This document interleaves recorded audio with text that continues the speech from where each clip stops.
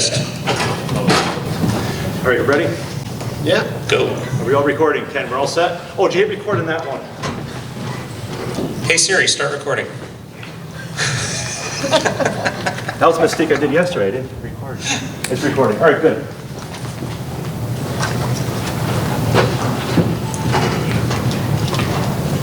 Hello, everyone. Oh, wait. Hello, everyone, and welcome to our third and final panel this Retro World Expo weekend, the SSRG Reverse Engineering Panel. All right, now, let's say you're interested in making a mod of the game Sonic the Hedgehog. If you search online, you will find a wealth of tools and information that will make it possible to modify the game to your heart's content.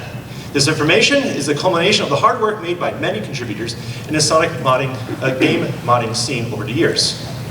But as you can imagine, this wasn't the case for when the scene began. While many of the early mods may seem primitive to those being produced today, they were the stepping stones that made the more elaborate mods of today possible. In this panel, we will talk about the challenges the early Sonic modders faced, the solutions they came up with, the road that was followed to get to the scene to where it, and the road that was followed. You want me to take over? I had 3 hours of sleep last night. Yeah. And the road that was followed to get the scene to where it is today. And that road began with magazine clippings of Sonic 2, featuring a level that never materialized in the final game. Am I controlling slides? Yeah, you're controlling the slides. Okay. You're in charge. Oh, God. You're the boss. All right. All right, disclaimer. This panel is meant to be an introduction to various topics on game modding of the Sega Genesis Sonic games. Due to time, it is not meant to be a deep dive on the topics presented. That was yesterday. Yeah. In addition, this talk is not affiliated with or endorsed by Sega. So, how's the introduction? Okay, so let's meet our panelists. First we have the creator of the Genesis era ROM hacking guides. This is Saxman. He's best known for the Sonic 2 hacking guide. Really the first guy that kind of started really digging in and discovering a lot of things. Then we have myself. I'm the co-creator of Sonic Roboblast 2, which is a Doom mod. I was also involved with this a little bit early on because him and I used to make Doom mods and things together, but we'll get into that later on here. And this is Andrew Wolin. He's the co-founder and creator of SSRG, the website where they kind of brought all of us together so that we could make this stuff happen. I'm the only one that uses their real name on stage. Actually, no, your real name is SSM. No. No? It doesn't know why all these years? No, it doesn't stand for Social Security number either. All right, you want to do these now? Yeah, sure. All right, so, why did all this kind of start in the first place? When Sonic 2, Sonic 1 came out, it was a pretty big hit, but, then they started working on Sonic 2 immediately, and there was a lot of, the way the video game coverage happened back then, it came through magazines a lot, like Electronic Gaming Monthly and other folks like that. So Sega was supplying these screenshots, whether they're screenshots or mock-ups, they kind of traded back and forth. But, you get to see screenshots of how the game in development, what's upcoming, get excited about this. And you notice that there were, many different stages, and they were talking about it being the biggest Sonic game ever. Anyway, you even remember the Sonic 2 ad where they're talking about fitting in the tackle box. You can use it to cover your bald spot. I could maybe use one of those here soon. But there was one stage that was in those magazines that was actually featured prominently and quite often. That when folks got a hold of the final game, they're like, "Where is this stage?" And you even get put in the level select and it's not even showing up. So what happened to it? And they found out through, it actually wasn't until Sonic 3, through that level select, they found this little icon in the stage select screen that was like, hey, wait a second, that looks like in the old magazine scans. And so there were discussions in news groups, which were kind of like message boards of the early internet, about, hey, I think I found out how to access this stage, rumors, things like that. People were saying it was in the final game, trying to get people excited. anyway, there was a lot of unknown stuff. So, oh, this is up to you now. Oh, okay, it's my turn. So in December '97, this guy, Tom Sonic, he shared his Action Replay code. Action Replay was a cheat device for Genesis that allowed you to access hidden palette zone in the game. Problem is, a lot of people didn't have Action Replay, so this was still very much a mystery to people. Yeah, I think in the States it was mostly Game Genie. I mean, I hadn't even heard of Action Replay before. Yeah, it was mostly Game Genie. So, so he started digging for another solution, and by August of '98, he found out through using a hexadecimal editor that he found the byte that the Action Replay cheat was changing, and by manipulating that byte in the save state, you could access hidden palette zone. So there was an emulator solution, and everyone had access to an emulator. Go to the next slide. Yeah. So learning how to modify a game was, so, you know, kind of what spawned all this interest in game modding in the first place. Because, you know, even growing up, there were some kids who, you know, I'd tell them about some of the stuff that we were doing, and it's like, I didn't even know you could do that. You know, what's the concept of modifying games? And I think it's kind of all thanks to John Carmack from ID Software, or id Software, rather. Because just can't shake it. You know, because he introduced the concept of the WAD files, where he stored the data separate from the executable, and they actually officially supported you being able to create these WAD files and load them in the game to make mods. So, in addition to that, there were people who took it a step further and were like, well, hey, now what if we edit the binary, you know, instead of just adding additional data to the game, what if we edit the binary code, the instructions, the compiled instructions? And that's what Dehackit kind of did, for those that remember that tool. You know, there were popular mods like Aliens TC, Star Wars, yeah? This was before Doom was open source.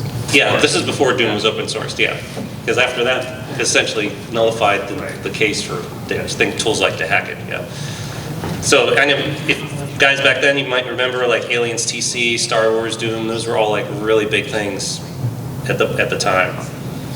And then John Carmack, of course, he released Doom as open source in '97, and then he proceeded to release several different versions of Quake and so forth. I think Rage was the last one that he did before he left id Software.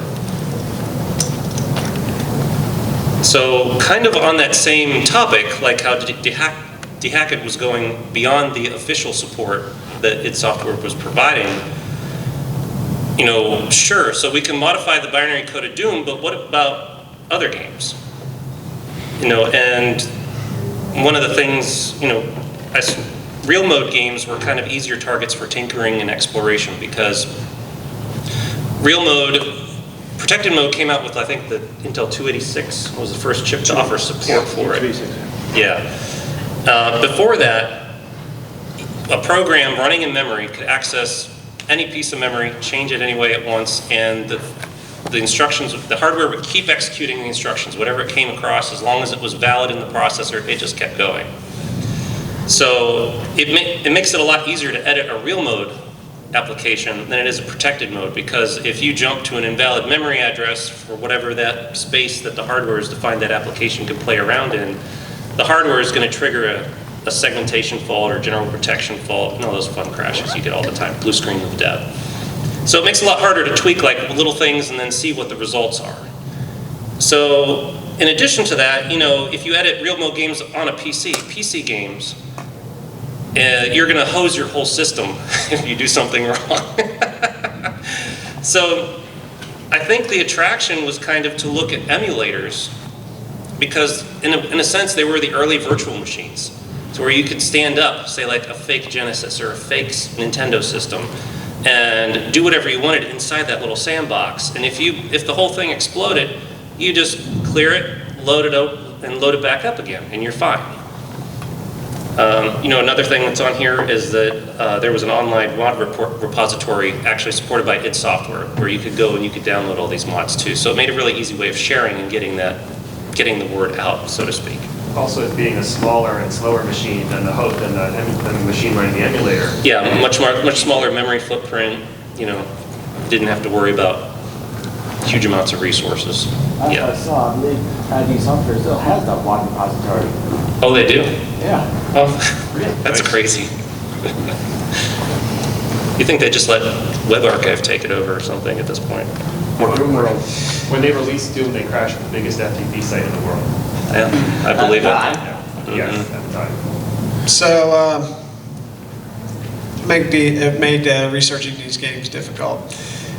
First of all, we were a bunch of kids at the time. We didn't know anything really, most of us anyway, and we lacked the knowledge and resources that we could even learn from. There was no Wikipedia. There were no wiki articles. There weren't even any tools. Yeah, exactly. So nobody knew where anything was in the games. To us, it was just a random bunch of bytes. And so also we didn't really know much about the Genesis hardware. And so we were completely blindfolded through this entire endeavor.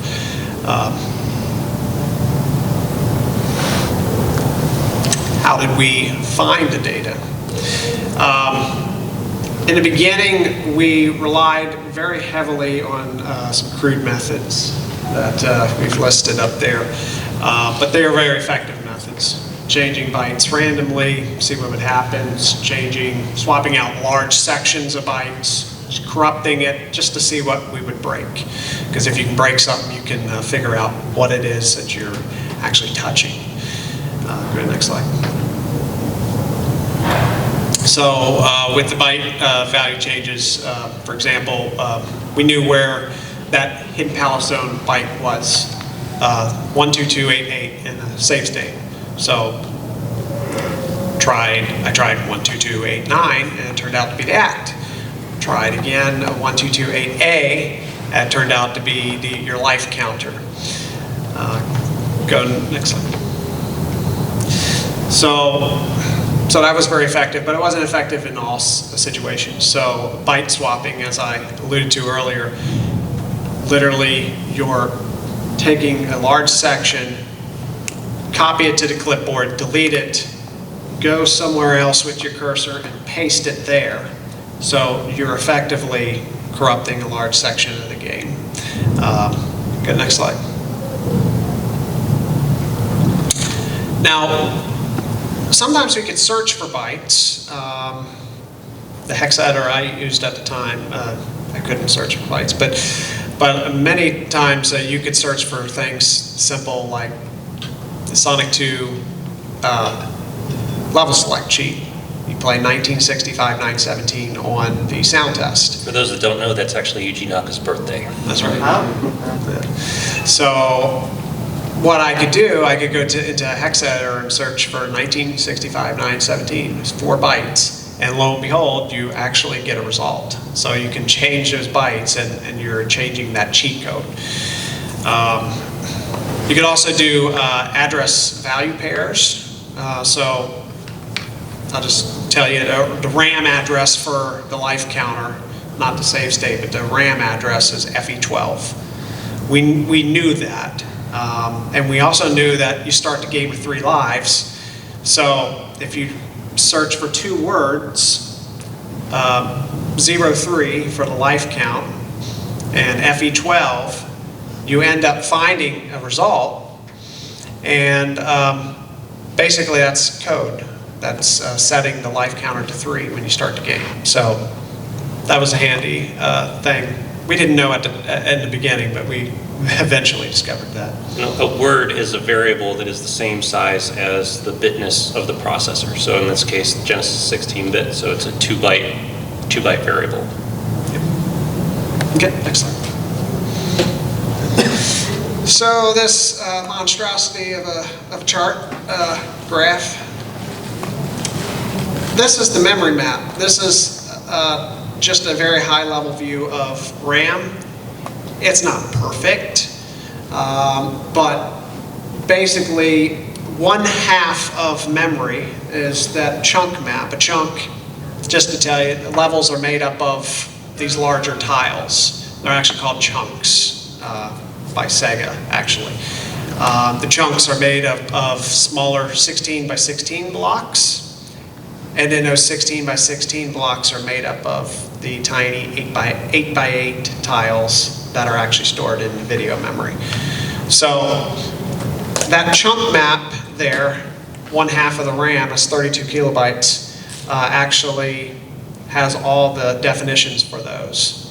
And then followed by that, you have a single line there for level map. So that's taking those chunks and laying them out to create your zone.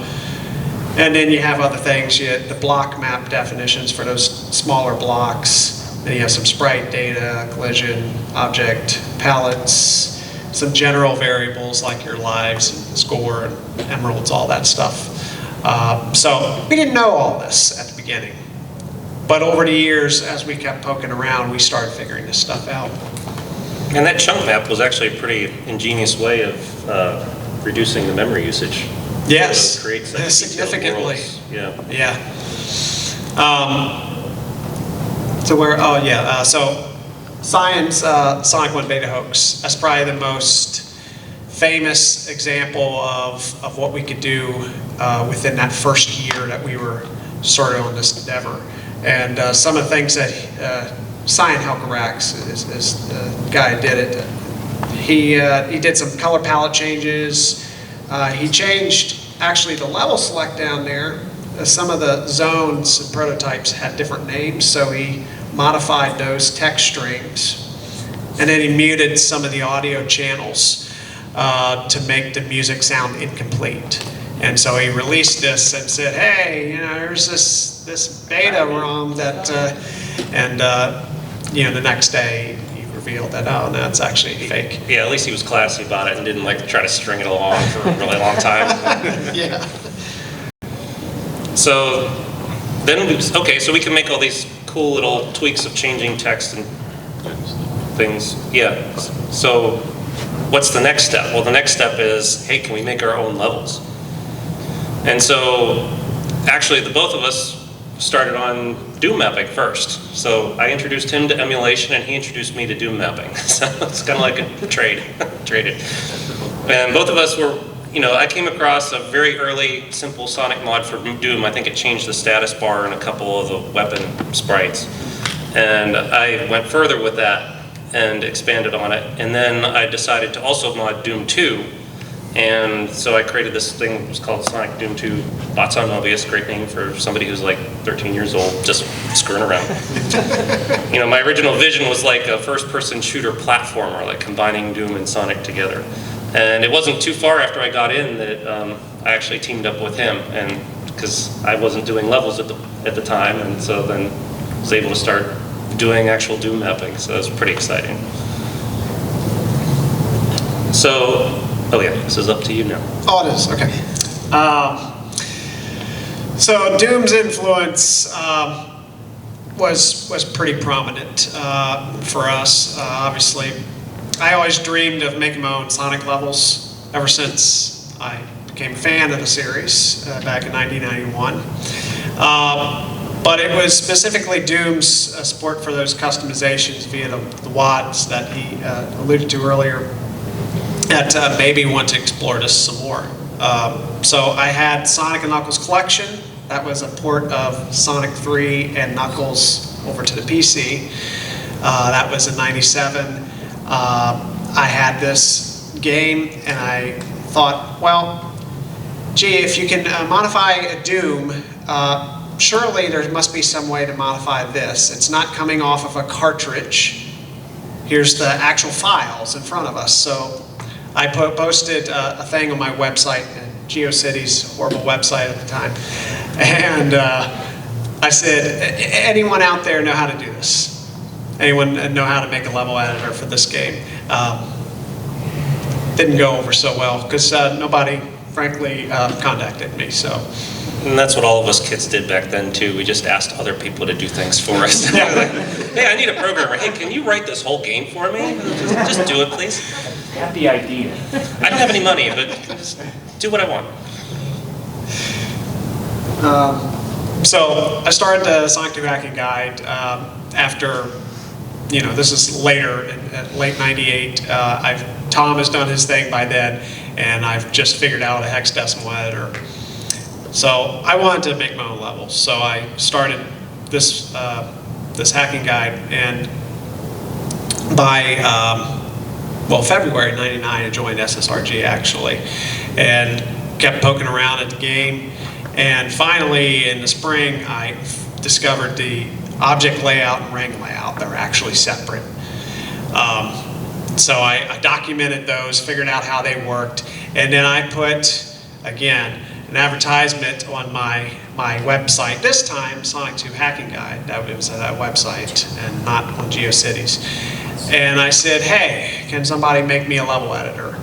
And this guy named Stealth responds. Go ahead. So Stealth, who's associated with Sonic Mania, for anyone who doesn't know, he created this tool called Sonnet. It was the first level editor for Sonic, but initially it was based on the information that I had on that Sonic 2 Hacking Guide for the object positioning. By November 2000, way after, he was able to expand it and create so that you could basically recreate the entire level with all the data, all new art and tile mappings, all that. And then he wrote some notes later, and that led to some creation of some downloadable maps. Yeah, and so with the information that Saxman was able to find, the first level mod was created. And it was finished in October 25th of 2000. And it was done using the Sonic 2 beta ROM. And that was actually purposeful because, as we'll get into soon, the final version of Sonic 2 uses some interesting compression formats that still haven't been decoded yet. And this was built entirely with the hex editor. So you're just using a hex editor and you're going through an array of bytes, essentially changing it. And the tiles were 128 pixels by 128 pixels. That's the chunks, right? Yep, chunks, yep. So it was like a preset list of, say, like 100 different 128 by 128 chunks of level that you can move around and arrange like a mosaic to essentially build your whole world. And it goes from left to right, top down. So it was very tedious. You just changed a couple of them. So you have to map out, say, like, I think the first 50 or so were mapped out, and then that was then taken to build this level. And so I have got there's a little graphic here showing how, the chunks are made up of these small 16 by 16 pieces. And the 16 by 16 pieces actually control the collision and the other behaviors and things of inside the chunk. But starting with Sonic 2 Final, we had to struggle with data compression. By the way, mosaic, I like that description. So that got us the data format conundrum because compression was hard. We knew for some time where the map layout in the game was. It was very easy to modify in a save state because it's uncompressed. Because you want it uncompressed because it's faster to read. But I couldn't figure out the format, and it was just funny to me. Every time I'd change a byte and a tile would change, okay. I'd change another byte and the whole level would blow up on me and corrupt, and I couldn't make any sense of it. So finally, I posted a thing on my hacking guide. By this point, I had a lot of street cred, and people just kind of came to me. So I posted an ad and said, can somebody figure this out for me, please? And it took a while, but finally this man named Brett Kaczynski comes forward and says, hey, I figured this out, and actually wrote up a whole document for me called the Sonic 2 compression spec. And I subsequently posted it on my website. That was in November 2000. So, why was this compression hard? The short version is I was looking at it as a series of bytes because that's what I knew. Everything I had done was a byte. But in actuality, compression is very reliant on interfacing with bits. So over here, I've shown you just a very dumbed down explanation of compression. I have a byte 47. If you convert that over to 8 bits, you get ones and zeros. In a typical compression format, a 1 might be, in this example, is a direct copy. And I'll explain this. A 0 is a referenced copy. So you have direct copies and referenced copies. Go ahead, next slide. The reason this is important, because a direct copy will actually read. Does this extend? It does. A direct copy will actually just, this is the data in the game.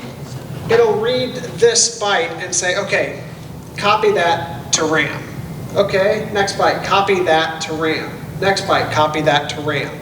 So you've written 3 bytes here. Now you see in the original, you had 3 direct copies. Then you have a 0, which is a referenced copy. So what it says is, okay, I need to read 2 bytes here, and 1 byte is going to tell me how many bytes I want to copy. And the second byte is telling me where to grab it from. So here, this is RAM here. It's actually referencing 2 bytes backward, what I've already written, and starting to copy from that position.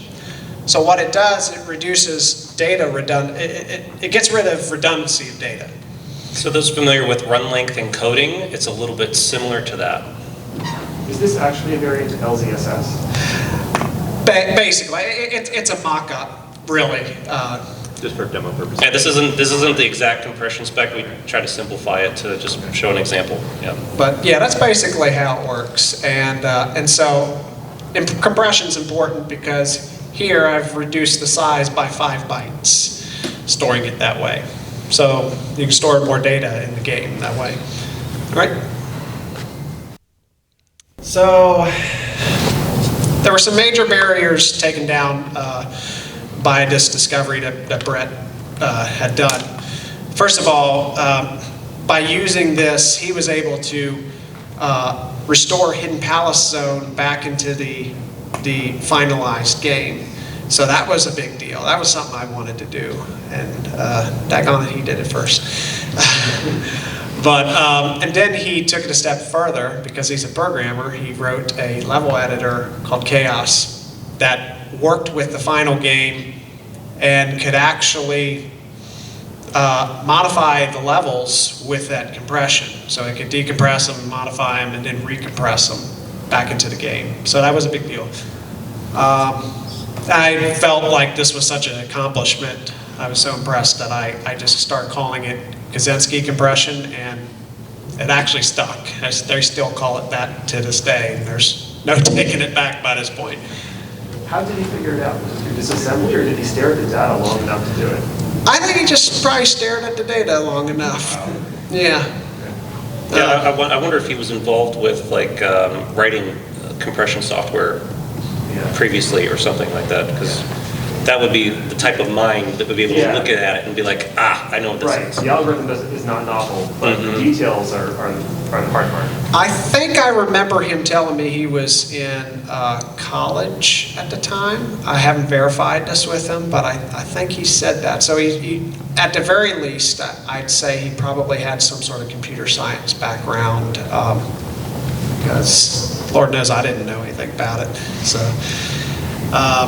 okay. So I won't bore you with too many details here, but I've just listed out some of the other compression formats that we came along over the years. So another gentleman, Nemesis, he figured out the compression used on artwork, not level specific, but just like objects and things. So he discovered that in November 2002. He discovered another one for some mapping data. That was in January 2003. A little bit after that, I figured out the compression used for the sound driver and music in the final Sonic 2. I did not name that Saxman, other people did. It just happened. And then sometime later, incidentally, I was looking at Kid Chameleon, which was another game done by Sega Technical Institute. And I ended up writing a level editor for that, but to do that I had to figure out the format for the level data. Turns out it was compressed, and I figured out that compression. This was December 2007, and incidentally, someone somewhere along the way made the connection that, oh, that format's used for some solidity data in specifically the Nick Arcade prototype of Sonic 2. So yeah, it's the earliest prototype. I mean, the cartridge is the holographic cartridge label. yeah. Were all these, other than the Nick Arcade, were all the other compression formats from Sonic 2 then later? Yes. Saxman specifically is only in Sonic 2. I seem to remember Sonic 1 was extremely easy to edit in comparison because we didn't have to deal with all these compression issues. Certainly the levels were, yeah. Yeah. Okay, so we're doing all this binary hacking, but what if we could write new code in addition? So do new things rather than just tweak the existing stuff that's already there. So people started going towards creating a disassembly. And that's where you take the machine code and you convert it back into assembly code so you can edit it and then essentially reassemble Stephanie, for those that know that reference. But for example, with binary hacking, you have a lot of limitations because you don't want to move the data. You don't want to move the data because you're going to start moving where memory addresses jump to in the code, because that's the way the program counter works. Another thing that you can be limited by is space for strings. So like if you want to change text, if you're doing a binary hack, you're limited to usually whatever the current size of the text is or smaller. And I imagine they're probably going to talk about that in the translation panel a little bit later here. Oh. Because I'm sure they have to struggle with that too. So, and another example of disassembly, actually that's pretty popular, is the Super Mario 64 PC and the Ship of Harkinian, where they did Ocarina of Time, and they disassembled that completely, and so you can build a whole, you can reassemble it for maybe even another platform. Did you say Mario 64? Yeah. Yeah. They eventually decompiled that, believe it or not, and they figured out exactly which SGI compiler was used, and they made it byte for byte identical. Oh wow. Having reconstructed the C source code. Yeah, so that's kind of all the same type of deal. Yeah, they were lucky because they had compiled most of it with optimization off, otherwise it would have been Oh, that's almost impossible. Yeah, so I don't think we've ever had any like rewriting in C, but we've gotten it to assembly language at least. Maybe one thing to add on the binary hacking limitations was you had to manage all of the updates at the end of the ROM image. So Yeah. if you need to extend the length of a function, then you have to update all your pointers manually. It wasn't handled automatically with the compiler. Yeah, so like an interim solution before they finish the disassembly is they would edit the program counters to have the code jump to the end of the ROM. And the end of the ROM is where then people would append new code to have the game do what they want. So. Okay, so sort of the start of this journey, I would say the primitive modifications, one that I did, I don't know if it was the first or not, but it was a modification to change, when you collect a ring, it increases your ring counter. I thought, well, I know where some other locations in memory are, so why don't I do a value address pair search, find where that's occurring, and instead of increasing the ring count, let's increase Sonic's maximum speed. So each time you collect a ring, you can run faster. And it surprisingly worked very well. And that was really, I would say, one of the first really code modifications to the game. Also, object properties. So I was toying with save states, and when objects come on screen, they have to be stored temporarily into memory, and they have 64 bytes to describe them. So by toying with these bytes, I was able to, you see there, make Sonic stand on the shield object itself. So once that happened, I thought, okay, maybe we can go a little further with this and do some really neat things.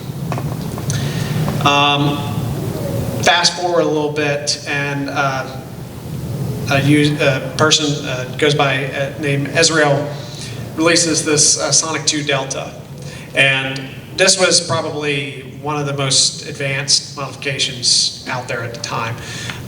First of all, he ported all the levels between the final Sonic 2 and the prototypes, and combined them, did full level ports, and here's the kicker, he ported the objects themselves, because a lot of enemies and things like that were removed from the final games. He ported them over.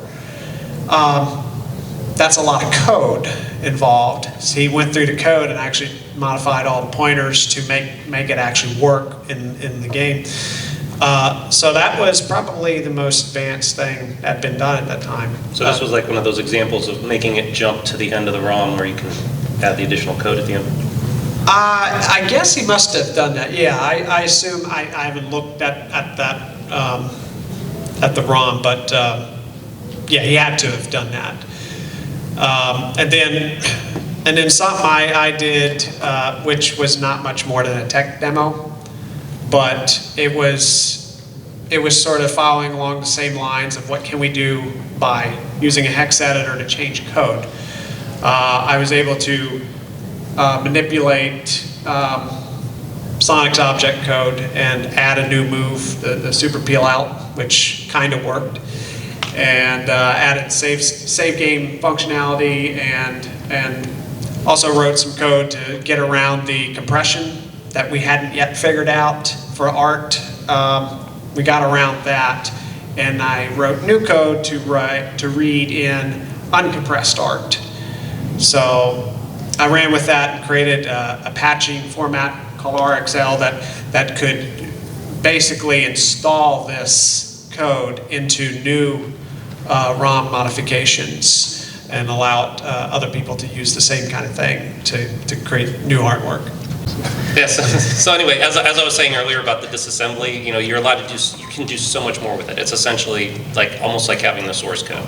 And so thanks to the disassembly that occurred for, well, first Sonic 2, and then they also did Sonic 1, Stealth was able to put together Knuckles in Sonic 1. And so finally we were able to achieve that dream of, putting, like how we used to put Sonic 1 on top of Sonic and Knuckles, and oh great, more special stages. So you could actually play as Knuckles. Good question.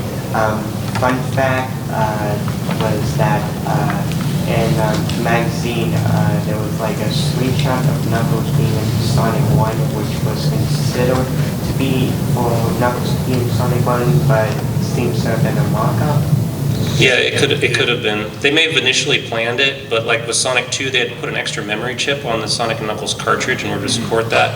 And they probably found it too cost prohibitive to also put an additional chip for Sonic 1 on there. Yeah.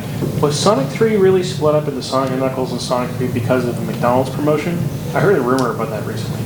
Like McDonald's wanted to do a toy promotion. They wanted Sonic 3 out now, so they did Sonic and Knuckles, then they did Sonic 3 later. But then they did the whole lock-on gimmick. I think it was like a Hedgehog Day. The marketing really pushed them to get that up. I guess Ryan, he'd be the guy to ask. Yeah, it was Sonic 3 was something needed to be out for the end of 1993. that's how Spinball got made. It's like, well, we need something, because Sonic 3 was meant to come out that time. And then that got delayed anyway, but then it was already too big to be in one cartridge at the time anyway, so they sort of split it off across the two things. With that Sonic and Knuckles and Sonic 1, that was actually from an old Sega Megazone, an Australian magazine that I had scanned, because they had the picture of Sonic Knuckles and Sonic 1, but they later mentioned that, yeah, we just photoshopped that, basically. Yeah. But it was just like, that happened a lot back then. They would just they weren't actual screenshots. They would just compose them in like a paint program with the graphics. And there wasn't enough of us going like, wait a minute, that's wrong. Things you get through the cracks easier. Yeah. One thing I just want to reviewers would build video game maps with screenshots, literally trying to paste them together. Yeah, the one point I want to make here is that the release of these disassemblies, the first with Nemesis's disassembly of Sonic 2 in March of 2004, and later the Sonic 1 disassembly by Stealth, DRX, and Highbrain. Those disassemblies marked the end of the binary hacking era, i.e. the hard way of doing things, and the start of the formal coding era using assembly language.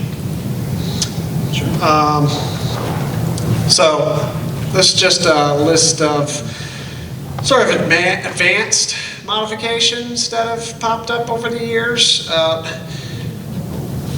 Things have really come a long ways. I'm not going to read you every single name up there, but you can just kind of take a look and see that they've changed the characters, totally different levels, totally different everything. we've got a lot of these at our booth too, if you want to come check them out. Yes. Hellfire Saga is really impressive. Yeah, yeah.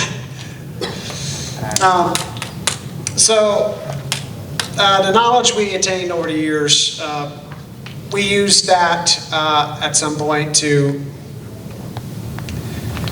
You can only do so much in a Genesis mod, but what if we took this knowledge that we acquired and recreated Sonic? So one of the things I did, for example, was an engine called ProSonic. It was written in C. I put in 68000 interpreter. That's 68000 is the main CPU in the Genesis, to read in object code from the originals. It also had some scripting functionality, and you could read in level data from the original game, so you could actually import Emerald Hill Zone, for example, if you wanted. Go ahead. So yeah, it kind of inspired the creation of Sonic 3 Angel Island Revisited. For those that know, you need to have a copy of the ROM for it to actually function. So it used a lot of the knowledge that he discovered to do that. Unfortunately, the ROM is no longer available on Steam. Yep, such is life. But you can easily just find it online. But Sonic 3 L is a fan-made mobile port of Sonic 3, which itself Sonic 3 was when you put together a mobile port, but the music was copyrighted, had a copyright. No, that's a whole separate thing. Yeah. Yep. Cool. So just to kind of to tie this into a nice tight bow, there were other engines as well. Stealth, we told you about earlier. He created his own called Engine 02. First started it, or released it, I should say, in 2003. Had some scripting in it, and he really built it up and actually made a couple games out of it. Meanwhile, Taxman, he was the other gentleman involved with Sonic Mania, alongside Stealth. He created the Retro engine. And that's actually what powers Sonic Mania and Sonic Origins behind the scenes. That's right. And he had to pitch that to Sega. And he got Stealth to help him with that. And by, 2010, 2011, somewhere in there, Sega gave them the go-ahead. And that was for Sonic CD. That was for Sonic CD. So they used a Retro engine to recreate Sonic CD. And then later Sonic 1 and Sonic 2, and then everything else. So what was the legacy of the research beside all the great game mods being produced? It is rumored that within Sega, the knowledge on the physics, game data structures, game mechanics, etc. for the Genesis-era Sonic games have been forgotten over the years. Remember Sonic 4? Yeah, they obviously didn't know then. While this knowledge can be relearned inspecting the original source code, it is a tedious process that requires people familiar with 68K assembly. With the Sonic game modding scene reverse engineering the code, this heavy lifting was done on their behalf. The knowledge learned was then applied to the creation of Sonic mobile games, Sonic Mania, and then Sonic Origins via the Retro engine. And that knowledge was even carried over to the upcoming game, Sonic Superstars, a fact that was confirmed by Taxman himself, and the tweet is on the screen. Christian like to introduce Taxman. All right. Okay, so this is the end of our panel. Before we go to Q&A, here are some upcoming panels that might interest you. So at 3 o'clock in this room is the ROM Hacking to Translate an Anime Game. And at 4 o'clock, we have, this is at the other room, panel room A, that is the Bootleg Games Aren't All Bad with Seth and Zach of the Classic Gaming Brothers. So I'll be at those two, to check it out. All right, Q&A.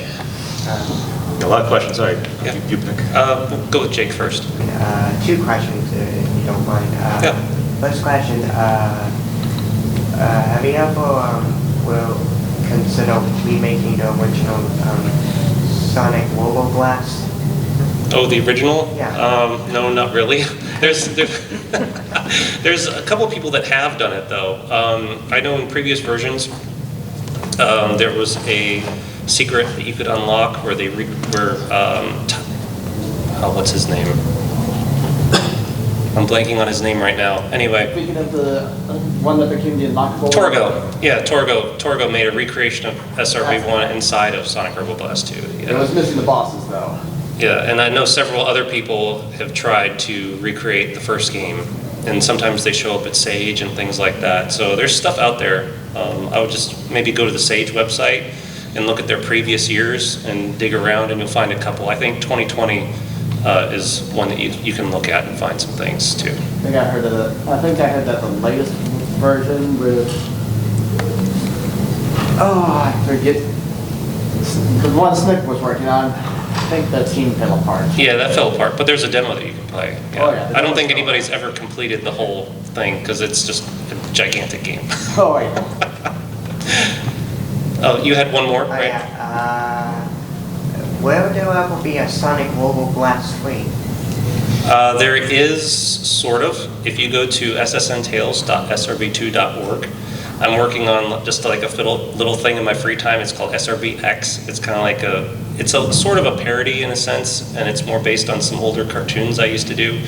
But there are some SRB2 elements and other things tied into it. So you can go there and just check it out. It's kind of a work in progress. So like the Proteus of the Sonic Roboblast 2 series. It's almost like a multiverse type of journey in a sense. Yeah. Yes. I don't even know if you call it that. It just has some elements and references. Like it's supposed to be funny. It's funny. Yeah, crossover with Mega Man X type of elements and things too. It's just as well as crossing over with the old cartoon. Yeah, whatever I want to throw into it. I mean, it's a little big. But yeah. Has anybody from Sega, any of the offices, said anything about Roboblast 2, commented on it, said it's good, it's bad? I'm trying to think. Take on requests. I don't think so. Les had it more like, yo, wow, this is so great. Like, that kind of thing. Like anything at all? Yeah. I know that they've made comments on their Twitter page about FanWorks in general before, but I don't think anybody's said anything about SRB2 specifically. Yeah, it's been pretty quiet. If only it become official, you know? Well, I think with it being tied to Doom in some ways, that's essentially keeps it from never happening. So yeah, that's true. Which could be good. Could be a good thing too. You know. Keep the modding thing alive. Yeah, I left in 2009. 2.0.4 was the first one, or the last version I released, and then other people. Some folks that I know still work on it. Yeah, you and they kind of. Well, I mean, I guess you're kind of glad you did Sonic and not Mario, otherwise Nintendo would be knocking at you. Really, in hindsight, I wish I had done Mega Man because I think it would have been a lot easier to pull that off in the Doom engine. So, you got one more? Yeah. I I think I have kind of an answer to this based on some of the stuff you said, but I just want some clarification. So I'm assuming at the time when you were doing this, like the Sega Genesis emulators did not have debuggers or anything, right? So not really. I mean, there was like, for example, if you remember the old DOS emulator Genesis, yeah, it had a way of viewing the tiles. They had like a pattern. Yeah, what do they call it? Pattern table. Yeah, you could see the pattern table, basically the video memory and the palette and. But it wasn't like regen where they have all these different tools you can pop open and look at the live memory map and what instructions are getting executed and stuff like that. So based on what you were saying, the way you were doing it then was basically you would take a save state dump and then you would do edits within that. Yeah, if we wanted to edit the live RAM in the system, yeah. Whereas if we wanted to edit the ROM, then that would be a separate thing. And you'd have to reload the ROM every time you change like 1 or 2 bytes and then see what happens and then try it again and keep going. Oh, that's really cool. Very tedious. Yeah, no. I would imagine so. No, I can't imagine doing it without. And what's worse is that at the time we didn't know how to do any programming. Yeah. So we couldn't even develop tools to automate some of this process for us. Whereas like nowadays, it's like, yeah, we could easily created tools that probably would have sped this up so much faster. Yeah, the parallels of being 13, right? Yeah, exactly. Yeah. Makes sense. Thank you. Anybody else? Did you know about, Sonic 4 was originally going to be Sonic the Hack, or Sonic the Portable. It was going to be, it originally started as a mobile game. People dug up things in the code that refer to as Sonic the Portable.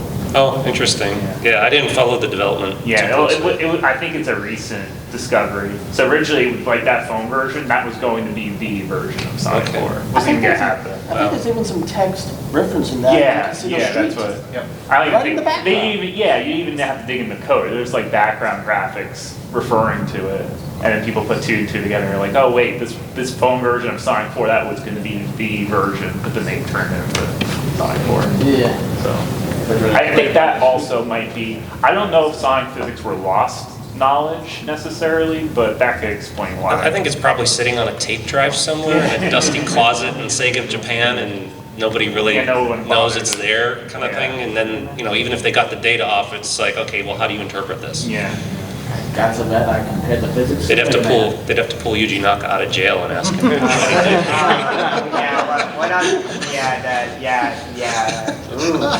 Are we got 4 minutes left? Any other questions? There's a question. Well, I mean, if you want to ask any questions, we'll go back to you. Well, no, he's got one. Oh, yeah. Did you ever consider getting a job at Sega? Yeah, I did actually. Although when I came out of college, I applied to Insomniac Games, as I really like the Ratchet and Clank series. I got the rejection letter, and I still have it to this day. Yes, I keep it close to my heart. But in some ways, I'm also grateful that I didn't go down that path, because for a career in software or just the game industry in general, depending on who you work for, it can be a very difficult and very time-consuming profession. And I have a family now. I've got 6 kids. That type of a career, while it may be something I'm interested in the context of reality and family and life and things, it's just, it could be a questionable fit depending on who you work for. So. And it's one of the motives for the current unionization trend in the games industry. Yeah, I know there's a lot of that going on right now because of working conditions in certain companies. Some companies are fantastic, but it just depends on where you end up. And where some companies are based. That too, yeah, pick up and move. Yeah. Did you ever try to share your work on the Sonic hacking stuff with your kids? Not really. But my oldest daughter does have a very engineering mind, and I've shown her a lot of my game programming work outside of that, and she's been really interested. So we've explored some of that stuff, but the hacking stuff, not specifically, no. Okay, thank you. Question in the back. Yeah. Is there going to be a recording of this panel? I arrived here late, so I don't know what I missed. Yeah, we'll have it eventually. Be on my YouTube channel. Just go to Andy Wolin. That's ANDYWOLAN on YouTube. If you see a picture of a guy making a great catch of a softball, that's me. It's an actual picture of me making a great catch in the outfield. So I'm quite proud of that image. can give it to you because I was here. Yeah, he can give it to you. Yeah, he got it from me yesterday. Yeah, we got like 1 minute left. Yeah. The Sonic 1 beta, like the 1990 build. You mean the prototype, the very early copy? Yeah, the 1991, that, well, was Sega that was coming with this. The other half is just, if you could go back, would you change anything? Change anything in the Sonic games? Yeah. Oh my goodness. I don't know, I'd have to put my mind back into the time when we were doing all this and thinking what we would do, you know, 'cause it kind of ties into the custom levels and things like that. So, that prototype was discovered, wasn't it, recently? Not the, Damien? not the space world build, like the One of the Sonic 1 prototypes. Yeah, one of them was found not too long ago. There's One- like yeah, one of years, them. so- That one of the. There's still many that they haven't found yet. We're at. All right, thanks everybody. If you got more questions or just want to stop by and talk or say hi, we've got a booth in the expo floor there. Thank you.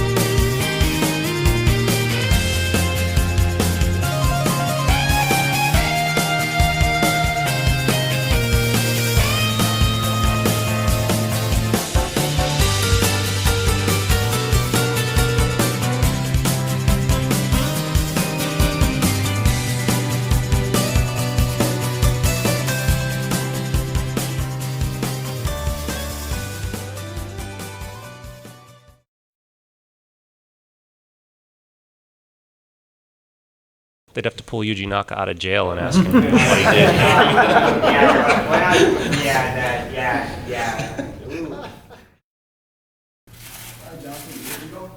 By the way, I'm a huge fan of Sonic ROM Hacking.